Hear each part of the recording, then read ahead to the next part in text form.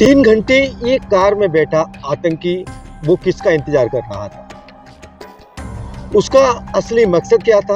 और फिर अचानक ऐसा क्या हुआ कि वो हड़बड़ी में भागा और कर दिया दिल्ली में धमाका। यह सिर्फ एक धमाके की कहानी नहीं है, यह उस साजिश की इनसाइड स्टोरी है जो अगर कामयाब हो जाती तो शायद दिल्ली में 26/11 जैसा मंजर दोहरा सकती थी।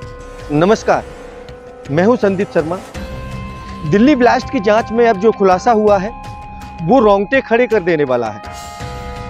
हमें अब तक लग रहा था कि यह एक आतंकी घटना है, लेकिन जांच बता रही है कि यह सिर्फ एक ट्रेलर था। फिल्म तो अभी ज्यादा भयावह होने वाली थी। आज की सबसे बड़ी इनसाइड स्टोरी जुड़ी है ब्लास्ट के मुख्य संदिग्ध डॉक्टर मोहम्मद अमर और उसकी i20 कार।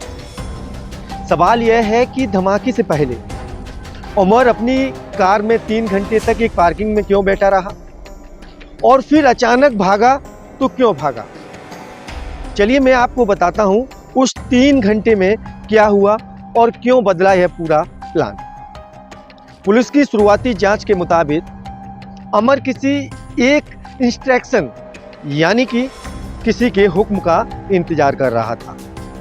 यह कोई साधारण धमाका नहीं था, बल्कि एक बड़े कोऑर्डिनेट अटैक यानी सुनियोजित हमले का हिस्सा था।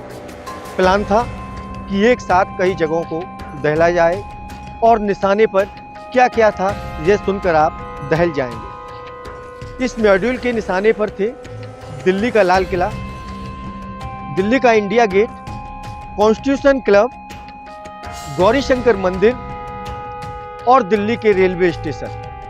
साथ ही साथ ऐसे शॉपिंग मॉल्स जहां पर भारी मात्रा में भीड़ होती है। मकसद था एक साथ कई धमाके करके दिल्ली में सांप्रदायिक तनाव फैलाना, ठीक 26/11 की तरह।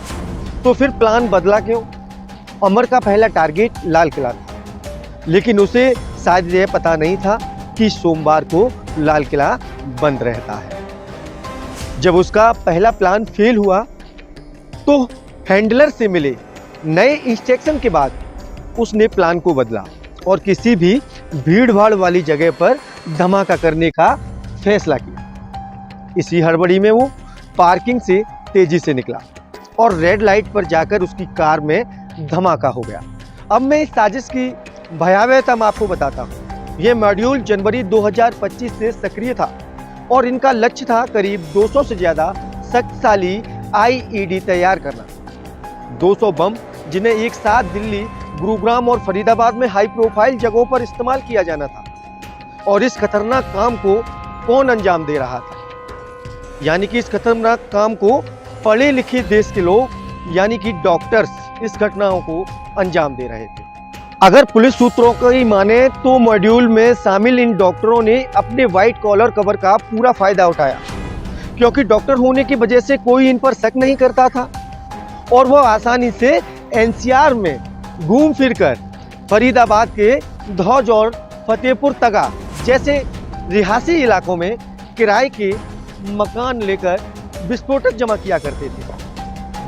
जांच में एक बार और दिलचस्प कड़ी सामने आई है।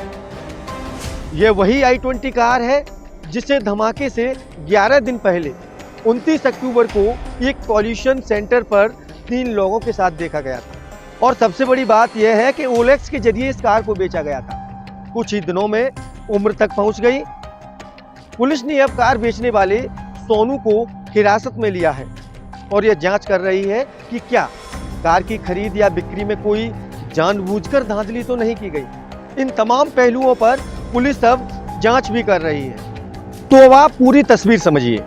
महीनों से चल रही साजिश, 200 बम बनाने का टारगेट, दिल्ली को दहलाने का प्लान, डॉक्टरों का इस्तेमाल कर और एक आतंकी जो 3 घंटे तक अपने आका के हुक्म का इंतजार करता रहा, लेकिन प्लान फेल होने और उसकी हड़बड़ी में उसने एक धमाका कर दिया। यह साफ है कि यह धमाका एक बड़ी साजिश का सिर्फ एक छोटा सा हिस्सा है जो नाकाम हो गया है।